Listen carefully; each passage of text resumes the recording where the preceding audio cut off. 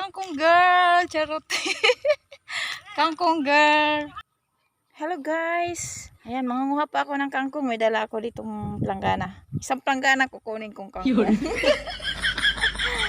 Ayan. So, here at Olbuk. Ayan, kuha tayo ng kangkong. Ayan ang kangkong. Oh.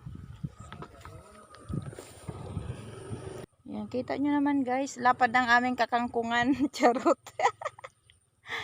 Ayan, nguha tayo ng kangkong pang adobo. Diba, nasa Olbuk ako. Dito yung location ni Ka. Hindi pala pwede sabihin. Baka tayo ay ma-char. Okay. So tara, kukuha na tayong kangkong. O diba, sariwang-sariwa. Sariwang-sariwa at walang ano yan, halong kimikal.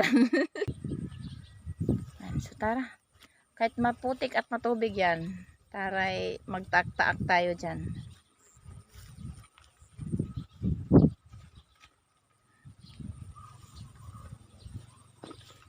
Ayan guys, putik.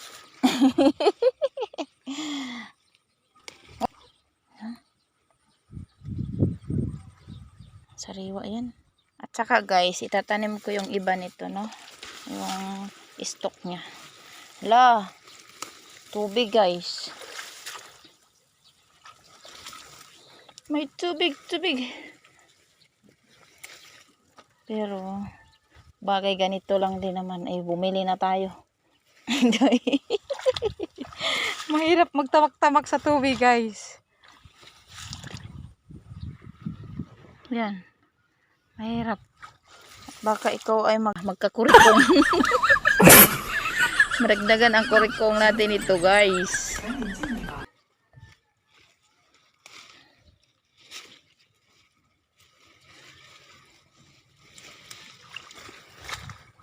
Ayan.